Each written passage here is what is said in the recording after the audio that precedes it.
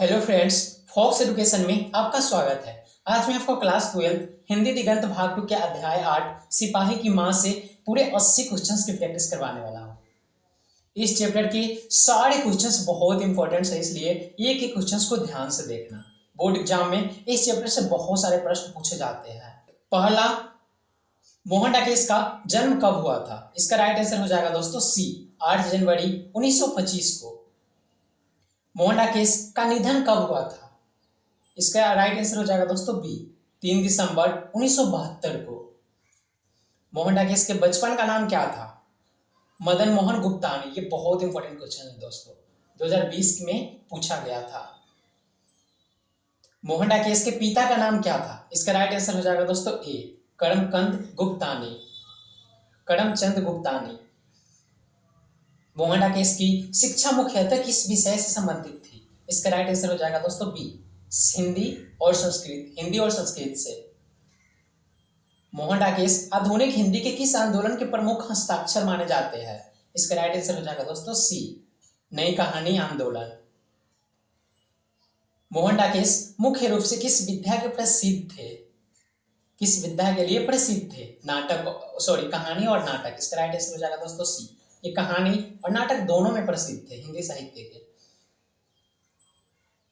मोहन डाकेश का प्रसिद्ध नाटक कौन सा है? आषाढ़ का एक दिन। आषाढ़ का एक दिन। और ये किसके जीवन परिचय पर बताया गया है?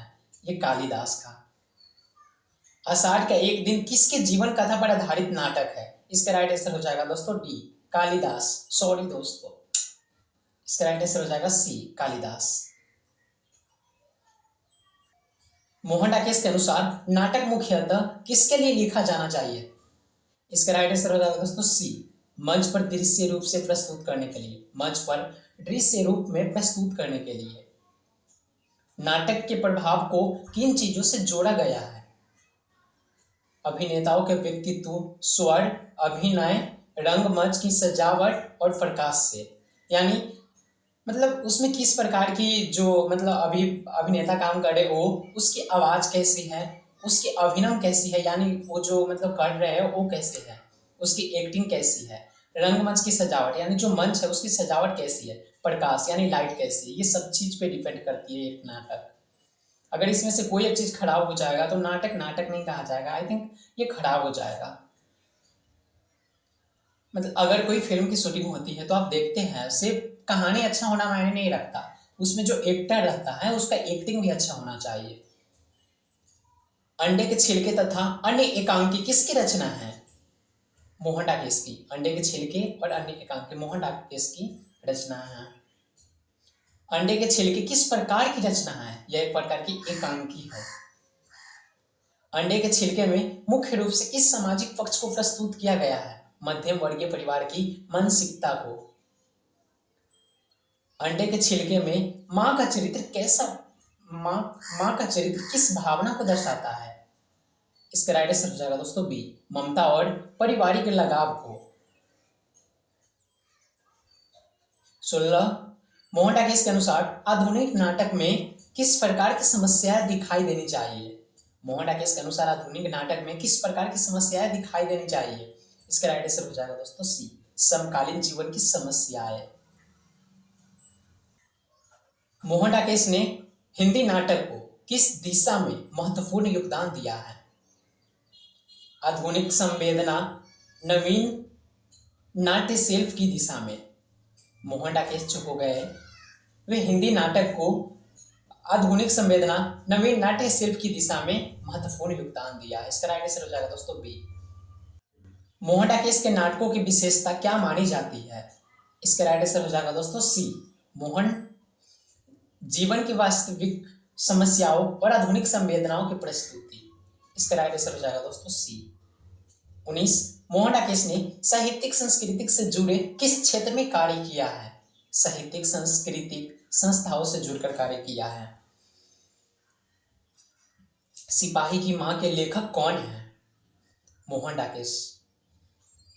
सिपाही की मां किस विधा की रचना है? यह एक एकांकी है और नाटक है दोस्तों। इसका राइट आंसर हो जाएगा डी, सिपाही की मां की मुख्य पात्र कौन है? इसकी मुख्य पात्र हो गए बीसनी दोस्तों। जो मानक की माँ होती है बिस्नी, जो मानक जो फौजी होते हैं उसकी माँ बिस्नी होती है, उसकी बेटी का नाम मुन्नी होता है। बिस्नी का बेटा कौन है? मानक। इसके बेटे का नाम मानक है दोस्तों, एक ही बेटा था इसका। बिस्नी की बेटी का नाम क्या है? मुन्नी। इसका राइट आंसर सी हो जाएगा। मानक कहाँ लड़ने गया था? वर्मा। इसका राइट आंसर हो जाएगा दोस्तों डी। मानक वर्मा युद्ध लड़ने गया था। बिस्नी मानक की किस चीज का इंतजार करती रहती है? घर आने का, ओ सॉरी दोस्तों, चिट्ठी आने का। बिस्नी जो है मानक की माँ, वे हमेशा इतने 2 महीने से जो मानक का चिट्ठी नहीं आया था, इस वजह से मानक की चिट्ठी का इंतजार 2 महीनों से लगातार कर रही थी बिस्नी। मुन्नी को किस गाड़ी के आने का इंतजार रहता था? डाक वाली गाड़ी, क्योंकि इससे चिट्ठी आता था।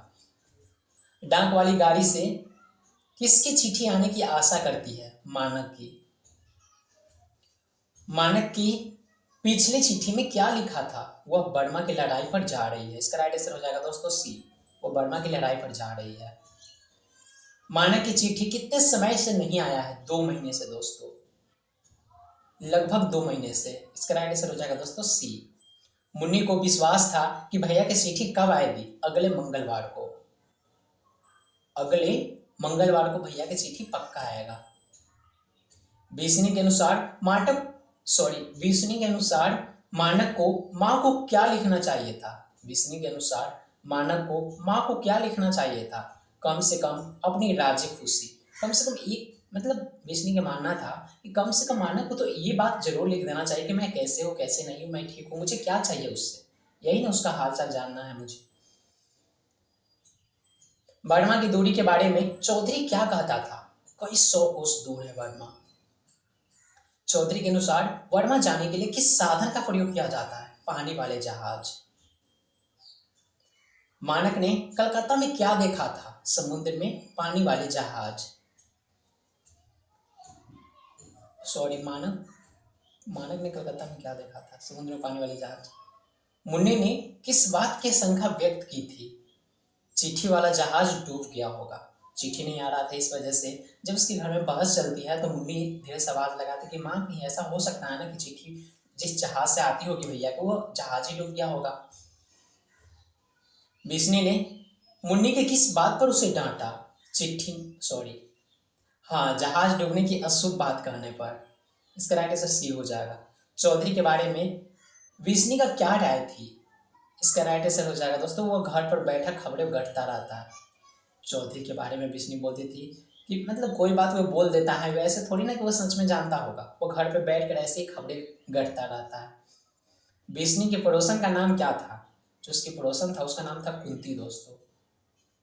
कुंती के अनुसार वर्मा में क्या हो रहा था? जोर की लड़ाई, आग के गोले बरस रहे थे। कुंती मुन्नी के विवाह के बारे में क्या चिंतित करती थी? मुन्नी का विवाह योग्य हो रही है।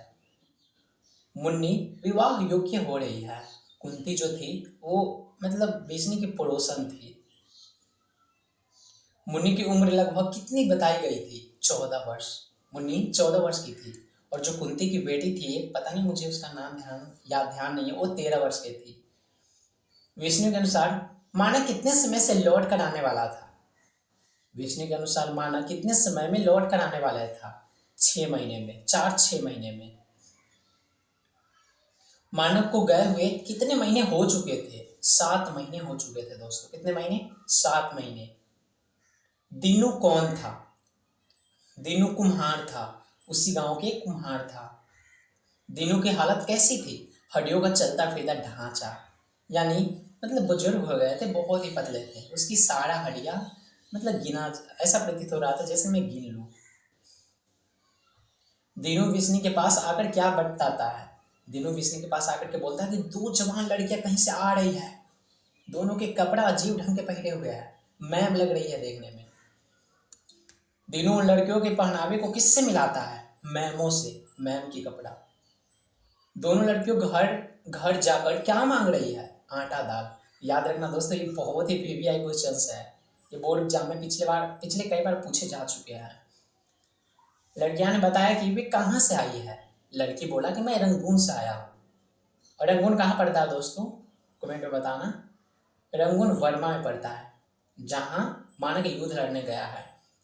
लड़कियां कितनी दूरी से चलकर आई थी? 3 मील। लड़कियां ने रास्ते में किसका भय बताया है?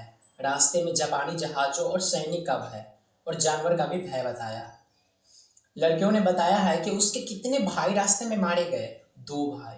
याद रखना दोस्तों, ये भी बहुत फेवरेट क्वेश्चन है। लड़कियां किस चीज की मांग मांग कर रही है? लड़कियां किस चीज की मांग कर रही है? लड़कियां बोल रही है मुझे चावल और दाल दे दो। लड़कियों के अनुसार उनके देश में क्या हो रहा है?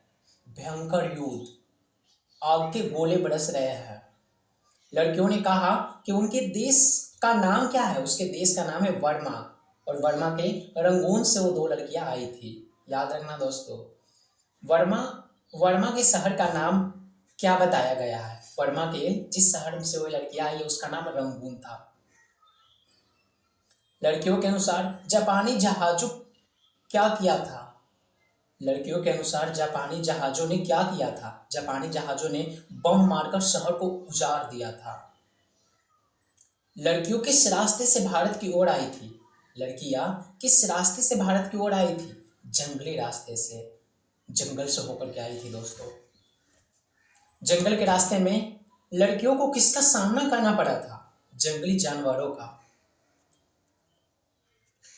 एक लड़की के अनुसार उसकी साथी कहाँ रह गई थी? दलदल में फंस गई थी। एक लड़की ने बोला कि मैं तो जंगल से आ रही थी तो मेरी एक औरत थी, सॉरी मतलब मेरे बगल की एक औरत थी, वो तो उसी जंगल में ही दलदल में फंस कर रह गई। बेसिनी लड़कियों की सहायता के लिए क्या देती है? चावल देती है। बोलते मुन्नी जाओ एक कटोरा चावल लेकर के आओ बेटा बर्तन से।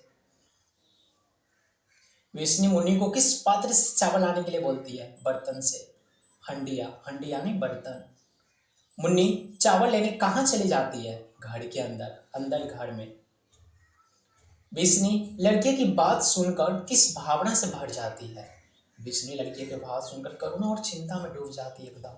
सोचती है कि यार मेरा मानक कैसा होगा, मेरा बेटा कैसा होगा, किस हाल में होगा। दूसरे दृश्य में समय का क्या बताया गया है?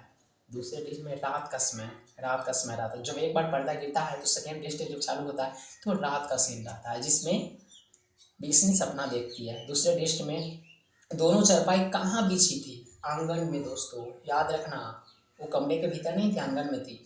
मुन्नी रात में किस चारपाई पर सोई हुई थी? दाई ओर की चारपाई पे, दाई ओर की। मुन्नी को रात में नींद क्यों नहीं आ रही थी? चिंता और बेचैनी के कारण दोस्तों। और चिंता किस बात का था? उनके अपने भाई का चिंता था, मानक का चिंता सताया जा रहा था।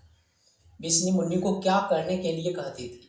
बिस्नी मुन्नी को कहती थी कि सो जाने के लिए, सो जा बेटी, इतनी रात तक जाग कर के क्या कर रही है? तो मुन्नी बोलती है माँ अभी तो जाग रही हो। बिस्नी मुन्नी के विवाह के लिए क्या सोचती है? अच्छा वर और अच्छे कपड़े होना चाहिए, अच्छे वर और अच्छे मतलब कमरे होना चाहिए, घर होना चाहिए। विष्णु को माने की सबसे अधिक चिंता किस कारण से रहती है? विष्णु को मुन्नी विष्णु को मानव की सबसे अधिक चिंता रहती है कि वह युद्ध में है और उसकी चिट्ठी नहीं आती है। इसी बात की चिंता रहती है कि कहीं उसके साथ कुछ अनहोनी ना हो गया हो। रात में विष्णु किसकी आवाज सुनती है? रात में विष्णु किसकी आवाज सुनती है? किसी व्यक्ति के आने जाने की आवाज सुनती है। मानक जब दिखाई देता है तब वो किस हालात में रहता है? दोस्तों ये रियल में नहीं, ये सपना में मानक दिखाई देता है उसको, विष्णु को। घायल रहती है एकदम, पूरी तरह से खून से लथपथ रहती है। मानक के शरीर पर क्या था? घाव। इसका राइट आंसर बी हो जाएगा दोस्तों। मानक इसे अपना दुश्मन बताता है, उस व्यक्ति को जिसने उसके शरीर को घायल किया है। मानक बोलती है कि माँ मेरा दुश्मन मेरे पीछे लगा हुआ है। मानक के अनुसार दुश्मन उसके पीछे क्यों पड़ा था? उसे मारने के लिए। विष्णु मानव को देखकर क्या महसूस करती है? विष्णु मानव को देखकर क्या महसूस करती है? ममता और करुणा। विष्णु मानव को क्या कहकर शांत करती है? तू आराम से चारपाई पर लेट जा। विष्णु मानव को बोलती है कि बेटा तू आराम से चारपाई पर लेट जा, मैं तेरे लिए दूध गर्म करके लाती हूँ। मानक बोलता है माँ मुझे पानी चाहिए। मानक ने विष्णु से क्या मांगा? पानी मांगा दोस्तों। पानी, दूध नहीं मांगा, दूध उसकी माँ दे रही थी। यहीं तक ले था दोस्तों। आज के इस सेशन में पूरे 80 क्वेश्चंस हम मैंने आपको कराया, और इसमें से 2 क्वेश्चंस तो पक्का बोर्ड एग्जाम में पूछे जाएंगे, इसलिए आप इस वीडियो को ध्यान से देखना। अगर नहीं समझ में आया होगा, सॉरी दोस्तों, अगर आप अच्छे से नहीं समझे होंगे तो एक बार वापस से देख लेना, लेकिन इस पूरे 80 क्वेश्चंस को आप लोग बहुत ही अच्छे से कंप्लीट कर लेना। ये सारे क्वेश्चंस बहुत ही एमपीवी आई है दोस्तों। इसी के साथ मिलते हैं अगले वीडियो में एक अगले चैप्टर के साथ।